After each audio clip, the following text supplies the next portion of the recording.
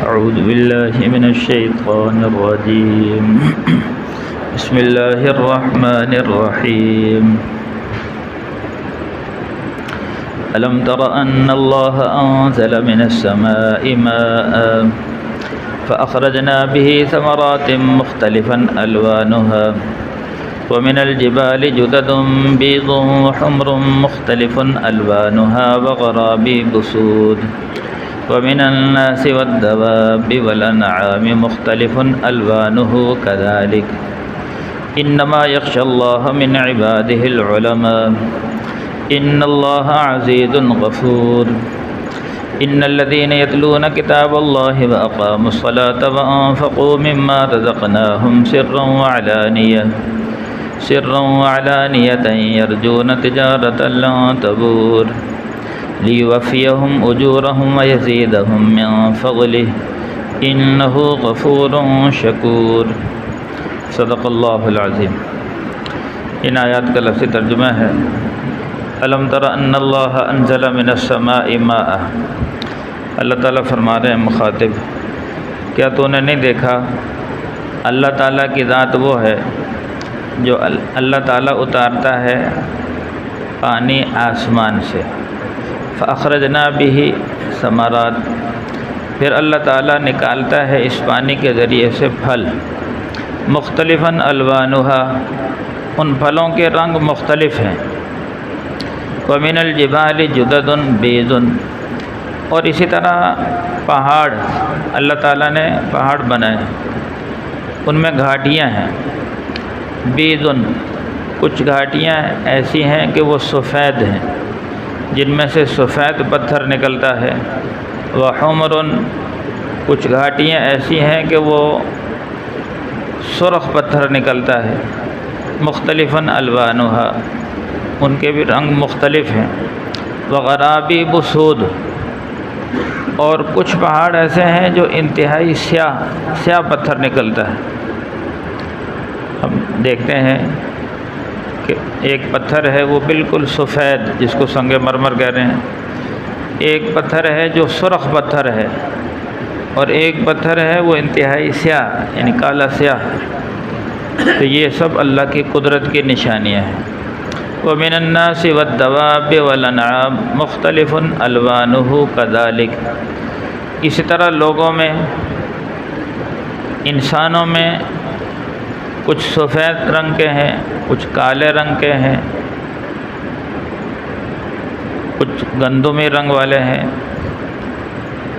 والدواب، اسی طرح جانوروں میں، والانعام، اسی طرح چوپایوں میں، مختلفاً الوانہ کذالک، ان کے بھی اسی طرح مختلف رنگ ہیں۔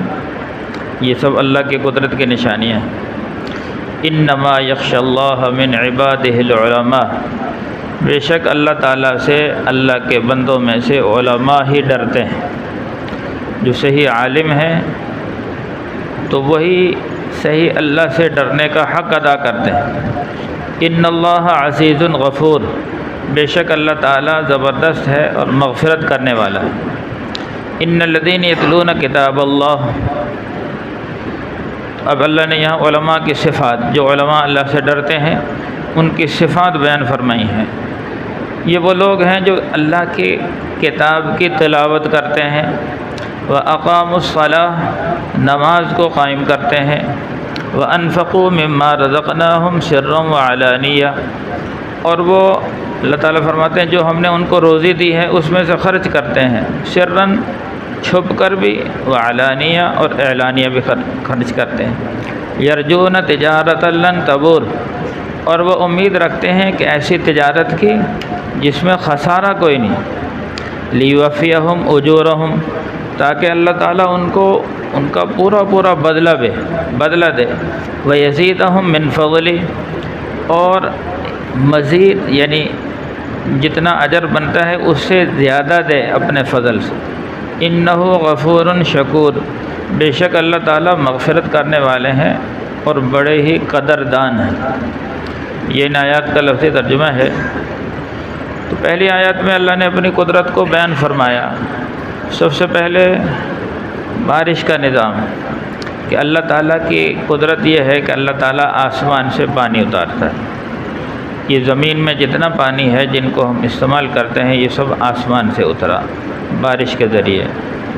تو بارش کے ذریعے زمین پر پانی اترتا ہے تو زمین اس کو جذب کر لیتی ہے، پھر اس کو فلٹر کر کے ہمیں دیتی ہے، ہم اس زمین میں سے پانی نکالتے ہیں صاف شفاف۔ تو یہ اللہ کی قدرت کی نشانی ہے۔ جو چشموں میں، کنووں میں جو پانی آ رہا ہے یا نہروں میں، دریاؤں میں، یہ سب آسمانی پانی ہے، آسمان سے برستا ہے، بارش کی شکل میں ہو، چاہے برف باری کی شکل، پہاڑوں پر برف باری ہوتی ہے تو سردیوں میں برف باری ہوتی ہے، گرمیوں میں وہ برف پگھلتی ہے، جب پگھلتی ہے تو وہ دریاؤں کی شکل میں، اسی وجہ سے سردیوں میں دریا خشک ہو جاتے ہیں، ان میں پانی کم رہتا ہے، اور گرمیوں میں جو پہاڑی علاقوں میں، ٹھنڈے علاقوں میں جو برف پڑی ہوتی ہے، جب اس پر دھوپ پڑتی ہے تو وہ برف پگھلتی ہے، وہ پانی دریاؤں میں آتا ہے۔ کچھ تو یہ بارشوں کا پانی ہوتا ہے اور زیادہ تر یہ برف کا پانی ہوتا ہے جو آسمانوں سے برف اترتی ہے۔ تو اس طرح دریاؤں میں، نہروں میں پانی یہ برف پگھل کر آتا ہے، اور جو کنووں میں اور چشموں میں یہ وہ پانی ہے جو آسمان سے برستا ہے، زمین اس کو اپنے اندر جذب کر لیتی ہے، اور جن علاقوں میں بارشیں نہ ہوں تو ان علاقوں کے کنویں بھی خشک ہو جاتے ہیں، چشمے بھی خشک ہو جاتے ہیں۔ تو یہ اللہ کی قدرت کی نشانی ہے، اللہ آسمان سے پانی برساتا ہے، پھر زمین اس پانی کو اپنے اندر سمیٹ لیتی ہے، پھر اللہ تعالیٰ اس پانی کے ذریعے سے پھل نکالتا ہے۔ اس پانی اللہ تعالیٰ فرماتے ہیں فَأَخْرَجْنَا بِهِ ثَمَرَاتٍ، پھر ہم نے اس پانی کے ذریعے سے پھل نکالے، مختلفاً الوانها، اور پھلوں کے رنگ مختلف۔ یہ اللہ کی قدرت کی نشانی۔ پانی ایک ہے، مثال کے طور پر ایک کھیت ہے، اس میں آم کا پودا بھی لگا ہوا ہے، مرچ کا پودا بھی لگا ہوا ہے، اور مالٹے کا پودا بھی ہے، نیبو کا پودا بھی ہے، اور اس کے ساتھ ساتھ انار کا پودا بھی ہے۔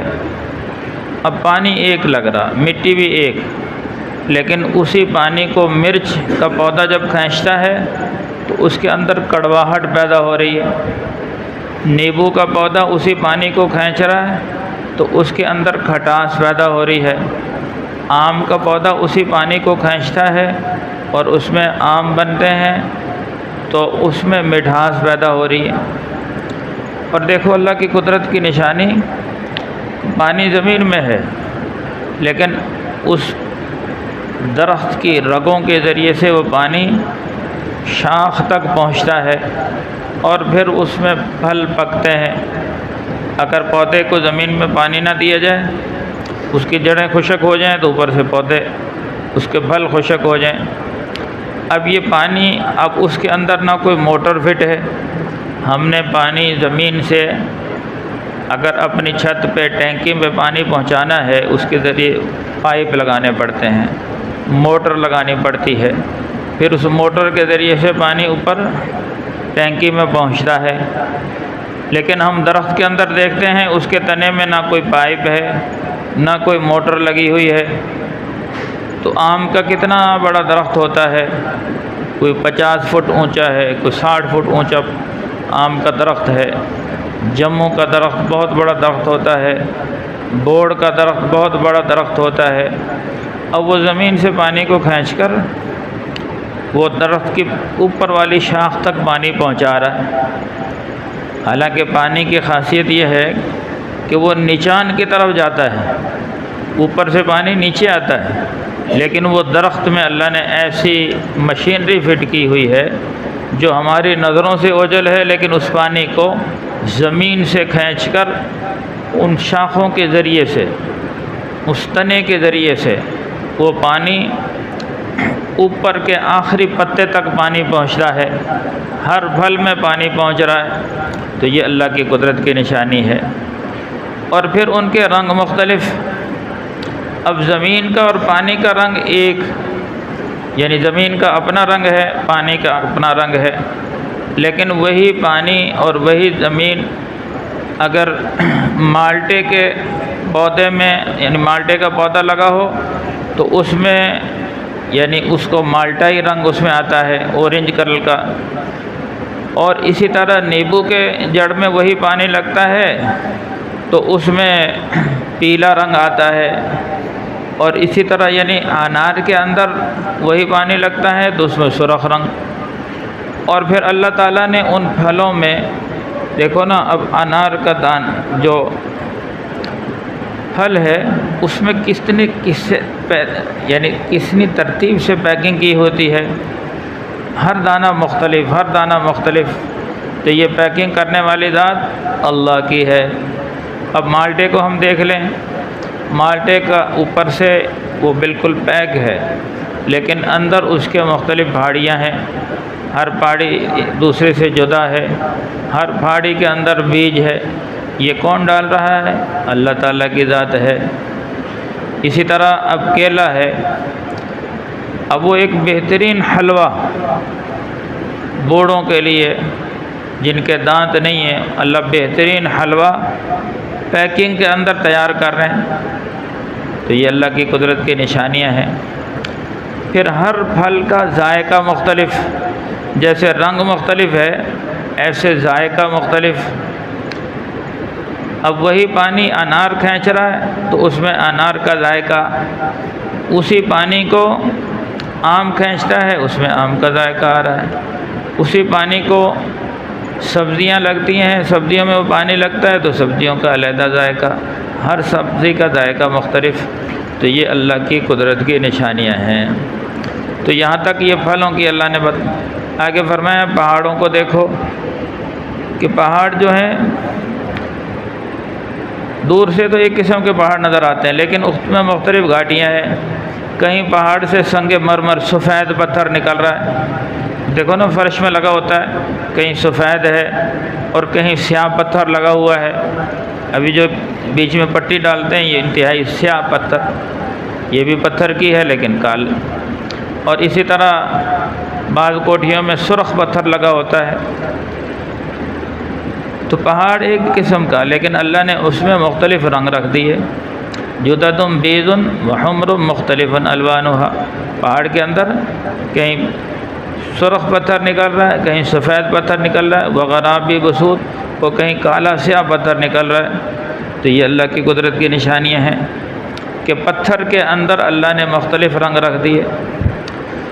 آگے ومن الناس، لوگوں میں دیکھ لیں، اب افریقہ کے علاقے میں چلے جائیں انتہائی کالے انسان، یہ اللہ کی قدرت کی نشانی، اور یورپ میں چلے جائیں انگلینڈ وغیرہ میں تو وہاں انتہائی سفید انسان اللہ نے اپنی قدرت سے بنائے، اور ہمارے ان علاقوں میں بر صغیر میں گندمی رنگ ہے، نہ انتہائی سفید ہے اور نہ انتہائی کالا، درمیانہ رکھا۔ یہ سب اللہ کی قدرت کی نشانیاں ہیں۔ ایسے جانوروں میں کسی کا رنگ کیسا، کسی کا رنگ کیسا۔ اب مرغی ہے، کوئی کالی سیاہ مرغی ہے، کوئی سفید ہے، کوئی سرخ ہے۔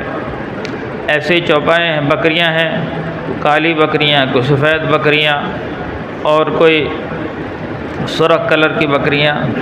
ایسی گائے ہیں، کوئی کالی گائے اور کوئی سفید گائے اور کوئی سرخ رنگ کی گائے۔ تو یہ اللہ نے ان کے رنگ مختلف رکھ دیے، یہ اللہ کی قدرت کی نشانی ہے۔ تو ان ساری قدرت کی نشانیوں کو فرمایا کہ عام انسان تو بہت کم ڈرتے ہیں، لیکن انما یخشی اللہ من عبادہ العلماء، جو علماء ہیں وہ اللہ سے صحیح ڈرنے کا حق ادا کرتے ہیں۔ جو صحیح عالم ہے، جس نے قرآن کو پڑھا، حدیث کو پڑھا اور علم نافع حاصل کیا، تو وہ اللہ سے ڈرتے ہیں۔ پھر اللہ نے ایسے علماء کی صفات بیان فرمائی کہ جو اللہ سے ڈرتے ہیں، یتلون کتاب اللہ کی کتاب کی تلاوت کرتے ہیں، وَأَقَامُوا الصَّلَاةَ، نماز کو قائم کرتے ہیں، وَأَنفَقُوا مِمَّا رَزَقْنَاهُمْ سِرًّا وَعَلَانِيَةً، اور وہ اللہ کے راستے میں خرچ کرتے ہیں، چھپ کر بھی غریبوں کی مدد کرتے ہیں، اعلانیہ طور پر لوگوں کی مدد کرتے ہیں، یرجون تجارۃ لن تبور، اور وہ ایسی تجارت کی امید رکھتے ہیں کہ جس میں خسارہ کوئی نہیں۔ یہ جو تجارت ہے اللہ کے راستے میں خرچ کرنا، غریبوں پر خرچ کرنا، اور اسی طرح نماز قائم کرنا، اللہ کے کلام کی تلاوت کرنا اور اللہ کے کلام کو پڑھ پڑھ کر لوگوں کو سنانا، تو یہ ایک ایسی تجارت ہے جس میں خسارہ کوئی نہیں۔ اور آگے فرمایا لیوفیہم اجورہم، پھر اللہ تعالیٰ بھی ان کو پورا پورا بدلہ دے گا، ویزیدہم من فضلہ، اور اپنے طرف سے اضافی، ایک تو جیسے نماز کا ایک اجر بنتا ہے بھی، اس نماز پر اتنی اللہ تعالیٰ نے اجر و ثواب رکھا ہے، روزے پر اتنا ثواب رکھا ہے، اور اسی طرح زکوٰۃ پر یہ اجر ہے، ایک تو پورا پورا اجر ملے گا، پھر اللہ اپنی طرف سے اضافہ بھی دے گا، جتنے اخلاص سے جو عمل کیا جائے گا اس میں اتنا ہی اللہ تعالیٰ کی طرف سے اس کے اجر و ثواب میں اضافہ ہوگا، کیونکہ انہ غفور شکور، بے شک اللہ تعالیٰ مغفرت کرنے والے ہیں اور بڑے قدردان ہیں۔ شکور کہتے ہیں قدردان، کہ جو اللہ کی عبادت کرتا ہے، اللہ کی فرما برداری کرتا ہے، اللہ اس کے بڑے قدردان ہیں، اس کے اجر کو ضائع نہیں فرماتے۔ اور جو اللہ کی طرف متوجہ نہیں ہوتا، جیسے پیچھے آیا پھر واللہ الغنی الحمید، اللہ پھر غنی ہے، بے نیاز ہے اور خوبیوں والا ہے۔ تو یہاں ایک بات آئی کہ اللہ سے علماء ڈرتے ہیں، اس لیے میرے بھائیوں علماء کی صحبت میں بیٹھنا چاہیے، اور علماء کے پاس بیٹھیں گے تو فرمایا کہ ان سے علم حاصل ہوگا، ان سے دینی باتیں، چونکہ انبیاء کے وارث علماء ہیں۔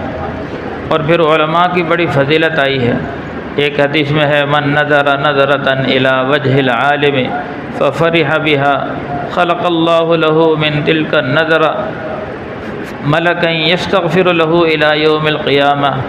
کوئی آدمی کسی عالم کی زیارت کرے، نیک عالم کی زیارت کرے اور پھر اس سے خوش ہو، یعنی زیارت کر کے خوش ہو کہ اللہ نے اس کو وہ علم عطا فرمایا جو نبیوں کو علم ملا کرتا تھا، تو اللہ نے اس کو علوم نبوت عطا فرمایا ہے، تو اس کی زیارت کر کے خوشی کا اظہار کرے، تو اللہ تعالیٰ اس خوش ہونے پر ایک فرشتہ پیدا فرماتے ہیں جو قیامت تک اس کے لیے استغفار کرتا رہتا ہے۔ حضور صلی اللہ علیہ وسلم نے فرمایا من زار عالما فکأنما زارنی، جس نے کسی عالم کی زیارت کی وہ ایسا گویا کہ میری زیارت کی، من زارنی کان معی فی الجنہ، اور جس نے میری زیارت کی وہ جنت میں میرے ساتھ ہوگا۔ تو اس لیے علماء کی بڑی فضیلت ہے۔ ایک جگہ فرمایا فضل العالم علی العابد کفضلی علی ادناکم، کہ عالم کی فضیلت عابد پر ایسی ہے جیسا کہ میری فضیلت تم میں سے کسی ادنا صحابی پر۔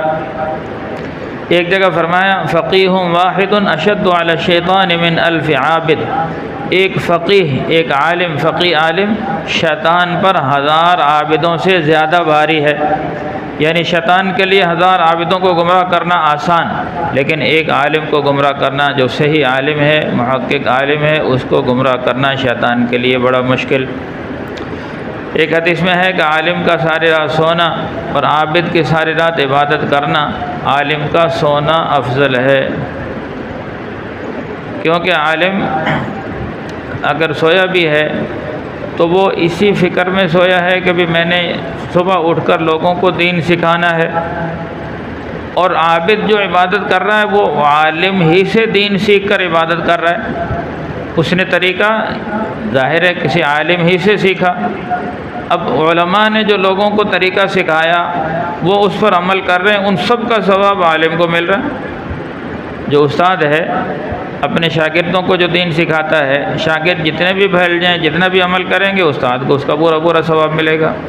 اس لیے علماء کی فضیلت، تو علماء خود عالم، حضور صلی اللہ علیہ وسلم نے فرمایا یا تو خود عالم بنو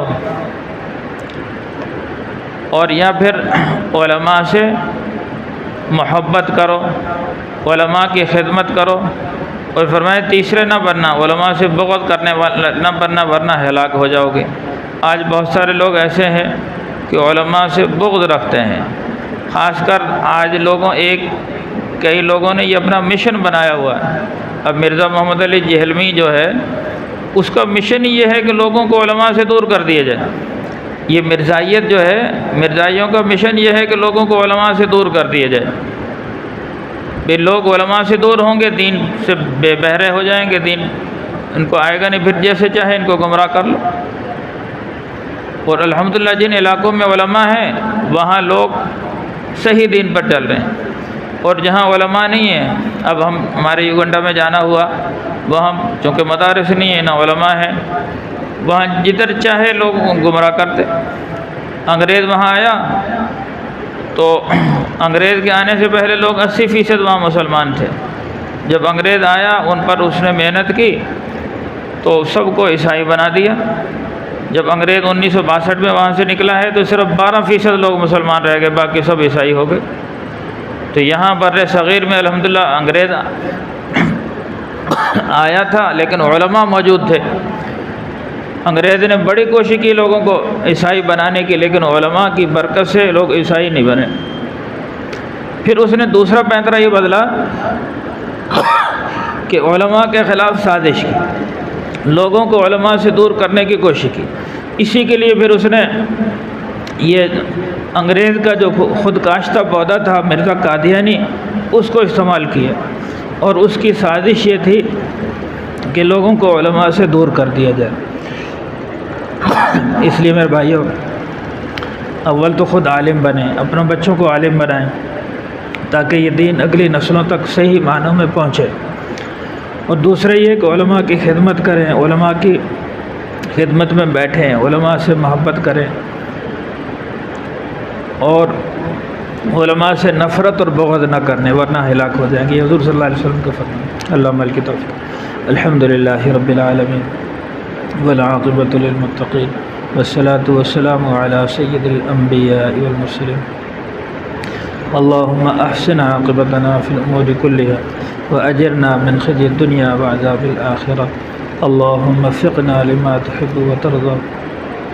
صلی اللہ تعالی علی خیر خلقہ محمد وآلہ واصحابہ اجمعین برحمتک یا ارحم الراحمین۔